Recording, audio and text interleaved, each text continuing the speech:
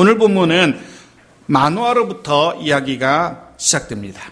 오늘 본문은 마노아로부터 시작됩니다. 이 마노아는 아내로부터 놀라운 이야기를 전해 듣게 되었습니다. 하나님의 사람이 나타나서 찾아와서 자신 아내에게 아이를 낳을 것이라는 놀라운 이야기를 전해 주었다라는 그런 이야기를 남편이 전해 들은 거죠. 하지만 이 남편이 생각할 때 말도 되지 않는 이야기였습니다. 왜냐하면 자신들은 더 이상 아이를 낳을 수 없다라는, 전혀 아이를 낳을 가능성이 없는 그런 상태의 부부였기 때문에 그렇습니다. 해서 아이를 낳는다는 이야기, 그것도 아들을 낳을 거라는 하나님의 사람, 하나님의 사자의 이 이야기는 분명 믿기 힘든 이야기였고 놀라운 이야기였을 겁니다. 게다가 그 아들이 나실인으로 정해졌다라는 이야기까지 전해 듣게 됩니다. 놀라움이 배가 되는 거죠. 마노아의 입장에서 한번 생각해 보십시오. 그가 어떤 기분이었을까? 말 그대로 망감이 교차하는 그런 기분이었을 겁니다. 아들이 태어난다는 이야기는 분명히 엄청나게 기쁜 소식이죠. 아들이 태어난다는데 혹시 빈말이라도 듣기 좋은 이야기입니다. 문제는 그 아이를 하나님께 드려야 된다는, 하나님께 헌신해야 된다라는 이 이야기는 결코 그렇게 기쁜 이야기만은 아니었을 겁니다. 이렇게 생각해 보면 쉽습니다. 십수년을 아이를 갖지 못해서 고통당하는 부부가 있었습니다. 그런데 꿈에 하나님이 나타나셔서 아들을 낳게 될 것이라는 너무나 선명한 말씀을 들려주십니다. 근데 문제는 그 아이가 자라면 생사를 장담할 수 없는, 또다시 언제 볼런지 기약할 수 없는 저 먼 아프리카 오지로 선교사로 보내야 된다라는 말씀을 동시에 들려주셨다라고 생각해 보십시오. 어떤 생각이 드시겠습니까? 기쁘지만은 않을 겁니다. 마노아의 기분이 그랬을 겁니다. 해서 마노아는 그 이야기를, 아내가 들었다는 그 이야기를 자신도 직접 듣고 직접 물어보고 확인하고 싶어졌습니다. 아내에게 전해 들은 말로는 정확하게 이야기의 진위를 구별할 수가 없었기 때문입니다. 이 이야기가 사실이라면 그리고 좀 더 구체적으로 물어보고 싶은 것들도 있었던 것 같습니다. 그래서 마노아가 기도하죠. 8절 말씀 보십시오. 그의 기도입니다. 같이 읽죠. 시작. 마노아가 여호와께 기도하여 이르되 주여 구하옵나니 주께서 보내셨던 하나님의 사람을 우리에게 다시 오게 하사 우리가 그 낳을 아이에게 어떻게 행할지를 우리에게 가르치게 하소서 하니, 요지는 두 가지입니다. 하나는 하나님의 사자를 다시 한 번 더 보내달라는 것, 그것도 자신이 있을 때, 그래서 우리에게 다시 오게 해달라는 그런 기도입니다. 또 한 가지 그의 기도 속에는 이런 내용도 들어있습니다. 아이를 낳게 되면, 만일에 아이를 낳게 되면 어떻게 키워야 할지 더 구체적으로 가르쳐달라는, 아내에게 전해 듣긴 했는데 자신이 직접 듣고 싶은 겁니다. 그 아이를 어떻게 키울지, 자녀를 위한 기도가 이 아버지의 기도였습니다. 다시금 자신에게 나타나달라, 그리고 자녀를 어떻게 키울지 알려달라, 자녀를 위해서 기도합니다. 어쩌면 이 기도가 가장 중요한 기도일지 모르겠습니다. 이 자녀를 어떻게 가르칠지, 어떻게 키울지 하나님께 지혜를 구하고 있는 겁니다. 그런데 생각해 보십시오. 우린 지금까지 사사기를 이렇게 같이 읽어오면서 이 시대가 어떤 시대인지 우리는 알고 있습니다. 저마다 하나님을 등지고 자기 소견에 옳은 대로 생활하고 있는 그런 시대입니다. 아무도 하나님에게 관심 두지 않는 그런 시대이지 않습니까? 그런 시대에 하나님에게 기도하며 자녀를 어떻게 키울지 묻는 이 마노아의 기도는 참 놀라운 겁니다. 주변 모든 사람들이 여호와 신앙을 버리고 우상을 섬기던 그 시대에 사실 이 마노아의 가정은 그리 유명한 가정이 아닙니다. 심지어 삼손의 어머니의 이름은 기록조차 되지 않습니다. 너무나 평범하게 그지없는 그런 가정이라는 겁니다. 이런 가정에서 여전히 여호와 신앙을 간직하고 있었다는 사실을 우리가 발견하게 되는 겁니다. 주변 모든 사람들이 하나님을 잊어버리고 잃어버리고 우상을 섬기며 하던 시대에 이름 없는 한 가정이 여전히 여호와 신앙을 간직하고 있었고, 그로부터 비롯되는 말씀을 믿었고 그에게 또한 기도하고 있다는 이 사실은 우리에게 분명한 도전을 줍니다. 이런 가정이 있었기 때문에 그래도 영적으로 어두운 시대였지만 그래도 소망이 있지 않았을까라는 그런 인간적인 생각을 해봅니다. 그런 생각 해봅니다. 어느 시대나 하나님께서 남겨두신 이들이 있습니다. 어느 시대나 하나님께서 하나님의 일을 이루시기 위해서 예비하신 이들이 반드시 있다는 사실을 우리가 꼭 기억해야 합니다. 그리고 바라기는 저와 여러분이 그렇게 하나님이 이 시대에 예비하신 하나님의 사람들이기를 소원합니다. 하나님께서 이 시대에 하나님의 일을 이루기 위해서 예비해 두신, 남겨두신 이들이 저와 여러분이기를 소원합니다. 어두워진 시대에 하나님이 예비하신 바로 그 사람들일 수 있기를, 그리고 우리의 가정이 그런 가정이고 우리의 교회가 그런 교회일 수 있기를 간절히 소원합니다. 믿음을 간직하는, 여전히 우리의 상황이 어떠하든지 우리 형편이 어떠하든지 주변 사람들이 어떠하든지 여전히 하나님을 향한 믿음을 간직하고 있는 그런 나로 인하여 우리의 가정이 복을 받고, 그럼 우리 가정으로 인하여서 우리 주변 사람들이, 이웃들이 복을 받는 그런 은혜의 통로들이, 복의 통로들이 되어지기를 간절히 소원합니다. 또 한 가지는 부모된 자로서 우리의 자녀들을 위해서 우리도 이 만화처럼 늘 기도할 수 있어야 할 겁니다. 우리의 자녀들 어떻게 키울지, 무엇을 가르칠지 누구에게 물어야 합니까? 이제 대학교 가고 중학교 가고 초등학교 가고 하는데 어떻게 키울지 누구에게 물어야 됩니까? 얼마 전에 종영한 드라마에 나왔던 스앵님, 입시 코디네이터, 이런 사람에게 물어야지만 훌륭한 사람으로 자랄 수 있습니까? 아닐 겁니다. 하나님께 물어야 됩니다. 하나님께 지혜를 구해야 합니다. 내 생각이나 내 경험이나 내 욕심이 아니라, 세상의 방식이나 세상의 흐름이나 세상의 가치관대로가 아니라 하나님의 말씀대로, 하나님의 뜻대로, 하나님의 방법으로 우리의 자녀들을 양육할 수 있어야 됩니다. 그들을 키울 수 있어야 됩니다. 마노아가 지금 그를 위해서 기도하고 있는 겁니다. 하나님께서는 이 마노아의 기도를 기뻐하셨던 것 같습니다. 왜냐하면 다시 여호와의 사자가 다시 임하거든요. 근데 정확하게 이유는 모르겠지만 여호와의 사람이 다시 나타났는데 이번에도 아내 홀로 있을 때에 아내에게만 나타나요. 희한하게 아내에게만 나타나요. 예나 지금이나 여자들의 믿음이 더 좋은 것 같아요. 그건 어쩔 수 없는, 부정할 수 없는, 인정해야만 되는 것 같아요. 아내 있을 때 아내에게만 또 나타나요. 그래서 이번에는 아내가 급히 달려가서 남편에게 알립니다. 불러옵니다. 10절 말씀 보십시오. 같이 읽죠. 시작. 여인이 급히 달려가서 그의 남편에게 알리어 이르되, 보소서 전일에 내게 오셨던 그 사람이 내게 나타났나이다 하매. 성경을 보십시오. 급히 달려가서 알리어 이르되. 이 여인이 정말로 걸음아 나 살려라면서 헐레벌떡거리며 남편에게 달려가고 있는 겁니다. 이 여호와의 여호와 보내신 사람이 또 사라질까봐 그 전에 남편을 불러오기 위해서 급히 달려갑니다. 얼마나 바쁘게 남편에게 달려갔는지 오늘 본문을 통해 충분히 짐작할 수 있어요. 급히 달려가서. 이 모습이 사실은 복음을 들은 사람들의 모습이어야 합니다. 기쁜 소식을 전해야 되는 우리들, 저 여러분의 그런 자세가 되어야 될 겁니다. 우리가 듣는 말씀, 복음, 그거 들었으면 빨리 달려가서 우리 가정 식구들에게, 이웃들에게, 친구들에게 전해야 되죠.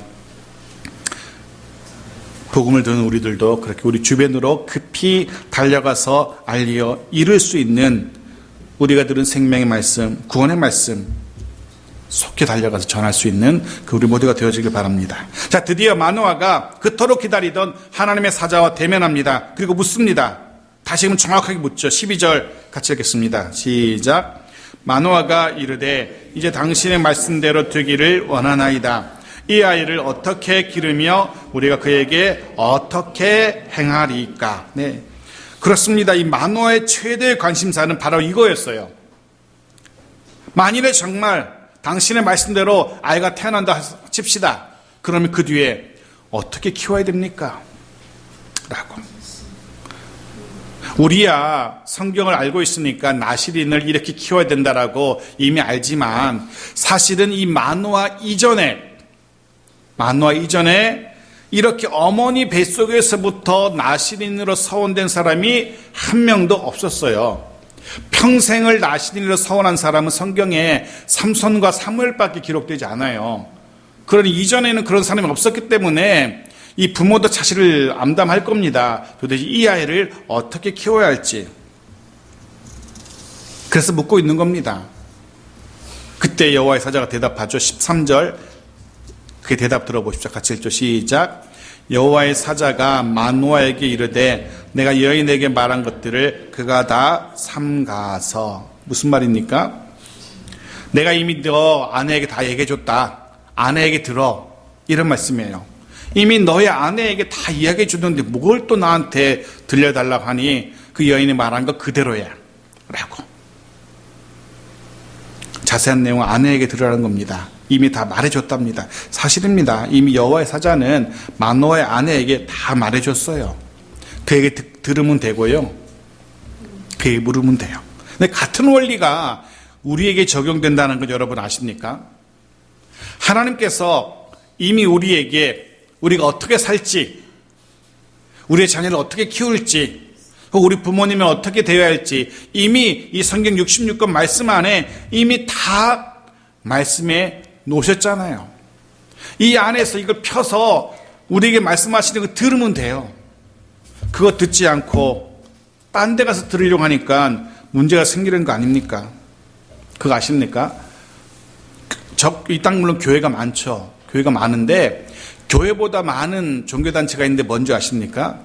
점집입니다. 그 종교단체라 해야 할지 뭐라 할지 모르겠지만 여하튼 교회보다 우리나라에 더 많은 게 점집이고요. 더 놀라운 사실은 그 점집을 이용하는 단골 손님들이 주로 교회 다니는 사람들이라는 거죠.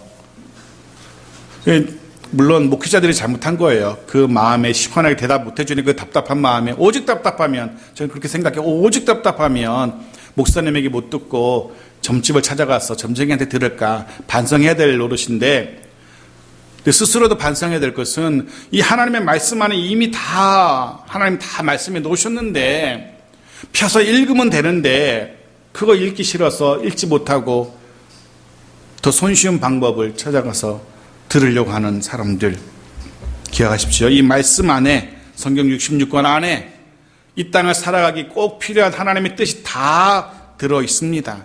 이 속에서 뜻을 발견해내면 되는 거예요. 조금 수고스럽겠지만 그게 더 안전하고 더 확실하고.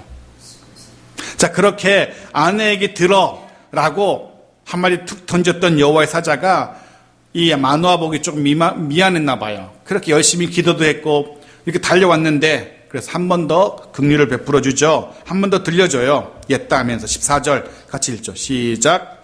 포도나무의 소선을 먹지 말며 포도주와 독주를 마시지 말며 어떠한 부정한 것도 먹지 말고 내가 그에게 명령한 것은 다 지킬 것이니라 하니라. 잘 보시면 포도나무의 소사는 무엇 지금 다 금하고 있어요. 지난주에 말씀드린 것처럼 포도즙, 포도주는 물론이거니와 생포도, 검포도 뭐든지 다 금하고 있어요. 사실은 포도주만 안 마시면 되는데 왜 굳이 생포도까지 못 먹게 할까? 왜냐하면 그 포도를 가까이 하다 보면 결국 포도주까지 가게 돼 있어요. 그래서 아예 포도나무의 소산 그 자체를 먹지 말라라고 하고 있는 겁니다. 똑같은 교훈이 성경 말씀에 있죠. 데살로니가전서 5장 22절 보십시오. 같이 읽죠. 시작.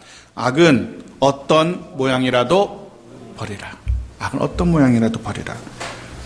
어떤 모양이라도 버리란다. 왜 이렇게까지 해야 됩니까? 왜 이렇게까지? 구별된 삶을 살기 위해서. 잘렸어요? 네. 제가 읽어드릴게요. 왜 이렇게까지 해야 됩니까? 구별된 삶을 살기 위해서입니다. 거룩한 삶을 살기 위해서입니다. 세상과 구별되는 하나님의 백성다운 삶을 살기 위해서입니다. 그렇게까지 해야 되는 겁니다. 그리스도인으로 합당한 삶, 세상과 구별되는 삶을 살기 위해서. 이전 시간에 이 말씀을 나누면서 그렇게 말씀드렸어요. 가시로 울타리를 치라라고. 그렇게 성경 기록도 있었잖아요. 가시로 울타리를 치다는 것이 삼가다는 것이 그런 의미라고 말씀드렸어요. 가시로 울타리를 쳐야 된다고. 그렇게까지 해서라도 세상과 구별된 삶을 살아야 하기 때문에 그런 겁니다. 저와 여러분이 이렇게까지 해서라도 세상과 구별되는 선명한 삶을 살아야 되기 때문에 이제 막 새로운 학교에서 새롭게 생활하게 될 우리 자녀들 그럴 수 있기를 바랍니다. 구별된 삶을, 그리스도인다운 삶을 살 수 있게 되기를 간절히 소원합니다. 그렇게 여호와의 사자와 대화를 이어가던 마노아에게 문득 궁금한 게 하나 생각났어요. 이렇게 이야기를 나누고 있는데 하나님께 건너뛴 과정이 하나 생각난 거예요. 왜 사람이 처음 이렇게 만나면 제일 먼저 하는 게 뭡니까? 안녕하세요 인사하고 그 다음 뭐 하죠? 이름이 뭐죠? 물어야 되잖아요. 근데 마노아는 급한 마음에 이름도 안 묻고 대뜸 궁금한 것부터 물었어요. 근데 궁금한 게 어느 정도 해소가 됐어요.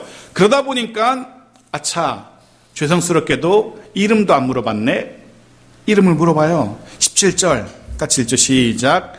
마노아가 또 여호와의 사자에게 말하되 당신의 이름이 무엇이니까? 당신의 말씀이 이루어질 때 우리가 당신을 존귀히 여기리이다 하니. 이름을 물어요. 이름을 알아둬야지 진짜 이 사람 말대로 아이가 태어나면 나중에 뭐 옷이라도 한번 해줄 거 아니에요. 이름을 알아야지. 전화해가지고 연락해서 진짜 당신 말씀대로 됐네요. 제가 뭐 떡이라도 좀 줘드릴게요. 이렇게 해야 될 거 아니에요. 이름을 알아야 될 거 아니에요. 물어요.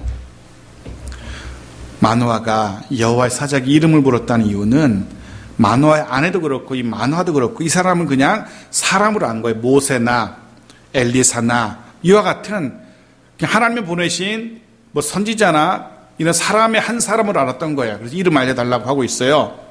하나님이 보내신 천사, 영적인 존재라는 사실을 모르고 있었던 거죠. 그래서 천사가 대답해요. 18절 같이 읽죠. 시작. 여호와의 사자가 그에게 이르되 어찌하여 내 이름을 묻느냐? 내 이름은 기묘자라 하니라. 그가 대답해요. 이름이 뭐라고요? 기묘자. 들어보신 적 있을 겁니다.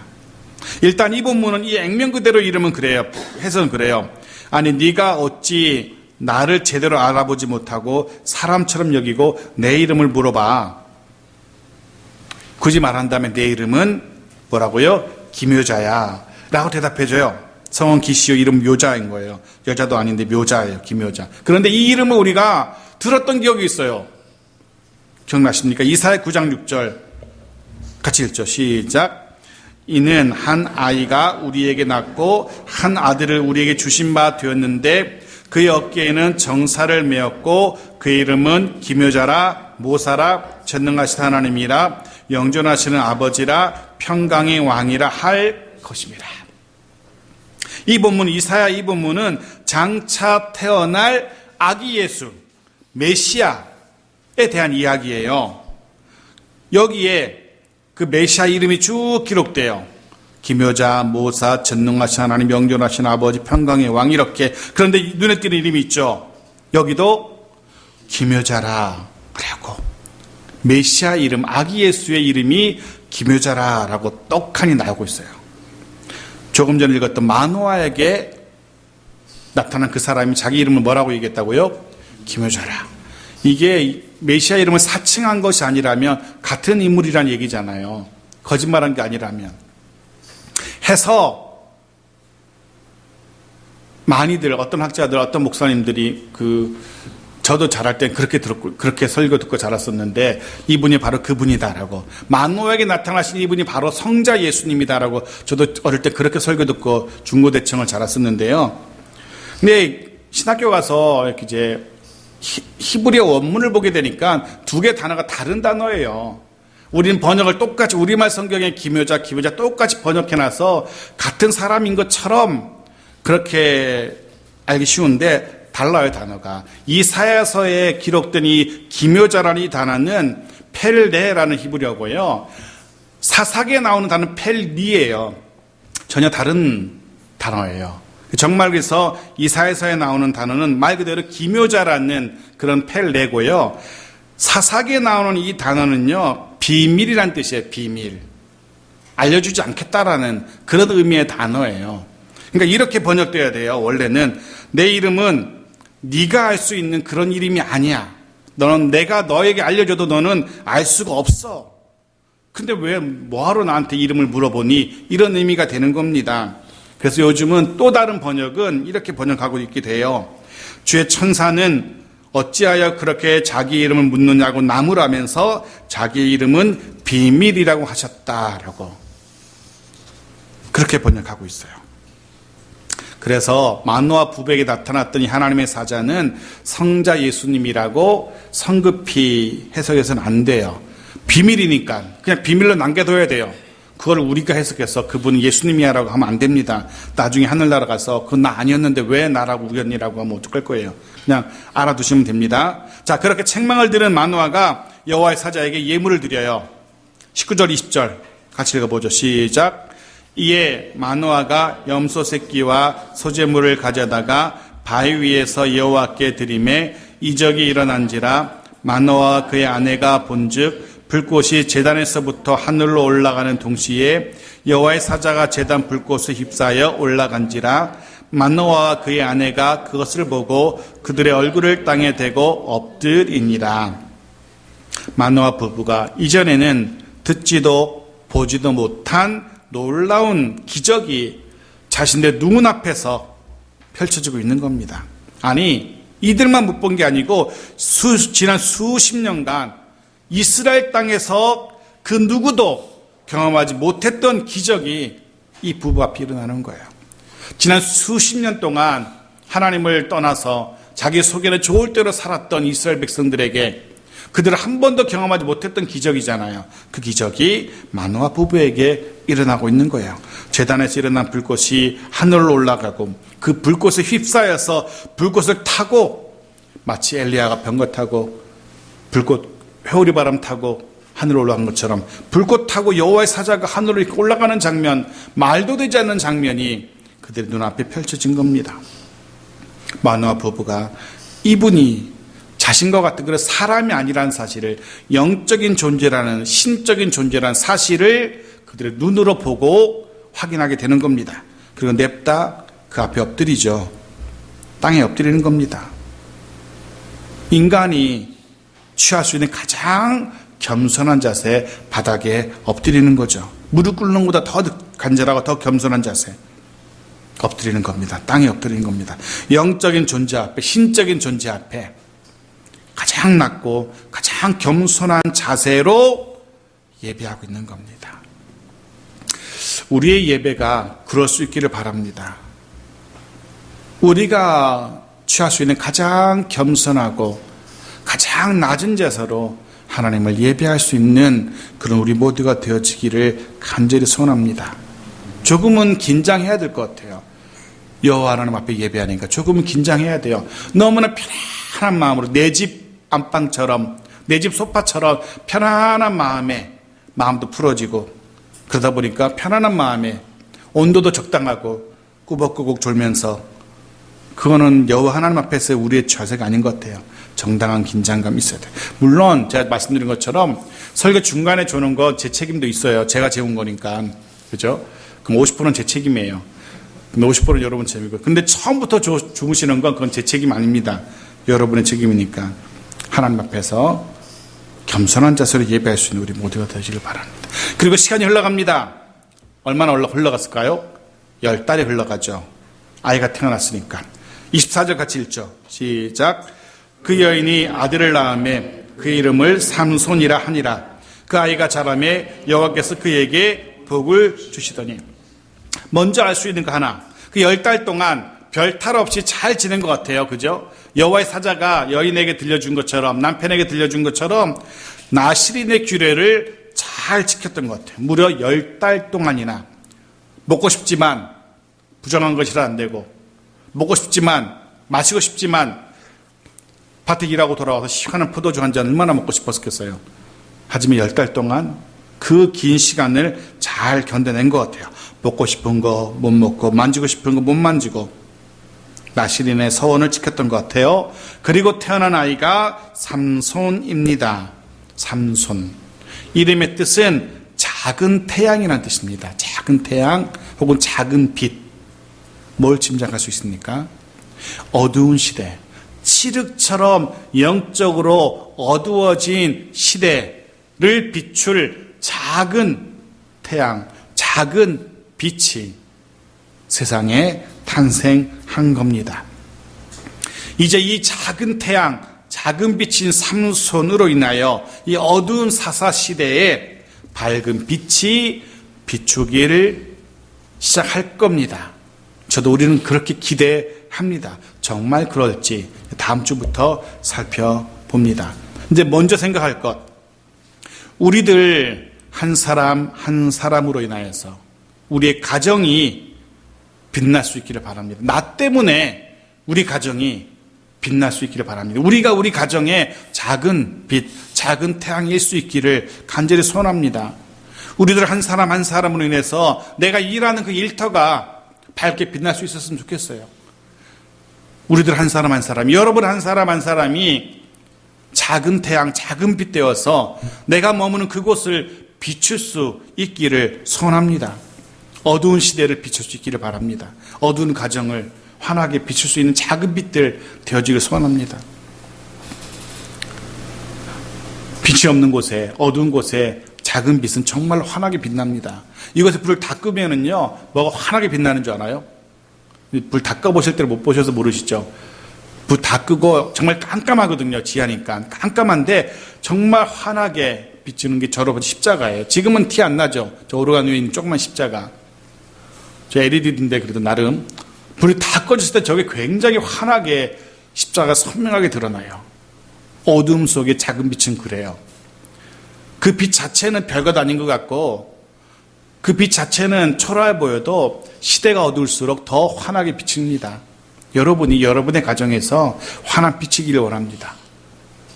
그리고 때가 되었습니다. 드디어 삼손이 일을 시작합니다. 나시린으로 사사로. 25절 그의 출발이 어떠한지 보십시오. 같이 읽죠. 시작. 소라와 에스돌 사이 마하네단에서 여호와의 영이 그를 움직이기 시작하셨더라. 여호와의 영이 그를 움직이기 시작하셨더라. 드디어 여호와의 영이 그에게 임한 겁니다. 그리고 기다렸다는 듯이 드디어 삼손이 나시린으로 사사로서의 일을 시작하기 시작합니다. 다음 주부터 삼손의 이야기가 본격적으로 그 흥미진진한 이야기가 펼쳐질 겁니다. 미리 말씀드리는데요. 이후로 삼손의 이야기를 읽으면서 반드시 그에게 여호와의 영이 어떻게 역사하시는지 눈여겨봐야 돼요.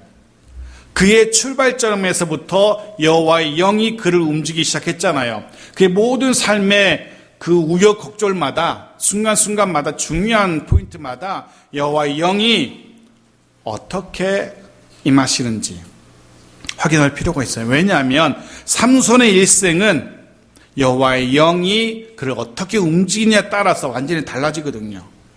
나시린으로서 사사로서 삼손의 일생은 여호와의 영과 뗄래야 뗄 수 없는 그런 관계예요.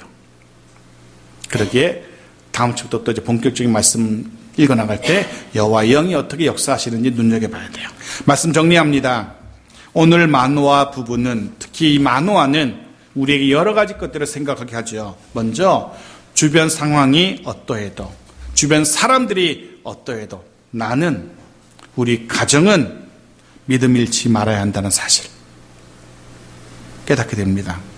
그렇게 믿음 잃지 않고 믿음으로 버텨온 이들이 있었기 때문에 어두운 사사시대지만 여전히 한 줄기 소망의 빛이 사라지지 않았다는 사실을 우리가 발견하게 돼요. 바라기 우리도 여러분도 이 신앙, 이 믿음 늘 간직할 수 있기를 바랍니다. 그리고 태어날 아이를 어떻게 키울지 물었던 이 마노아의 모습 속에서 우리의 다음 세대들, 자녀들, 여러분의 자녀들 어떻게 양육해야 할지 깨닫게 됩니다. 세상 방식이 아니라 여호와의 말씀으로 우리 자녀들 키울 수 있기를 바랍니다. 좀 더딜지라도, 좀 답답할지라도.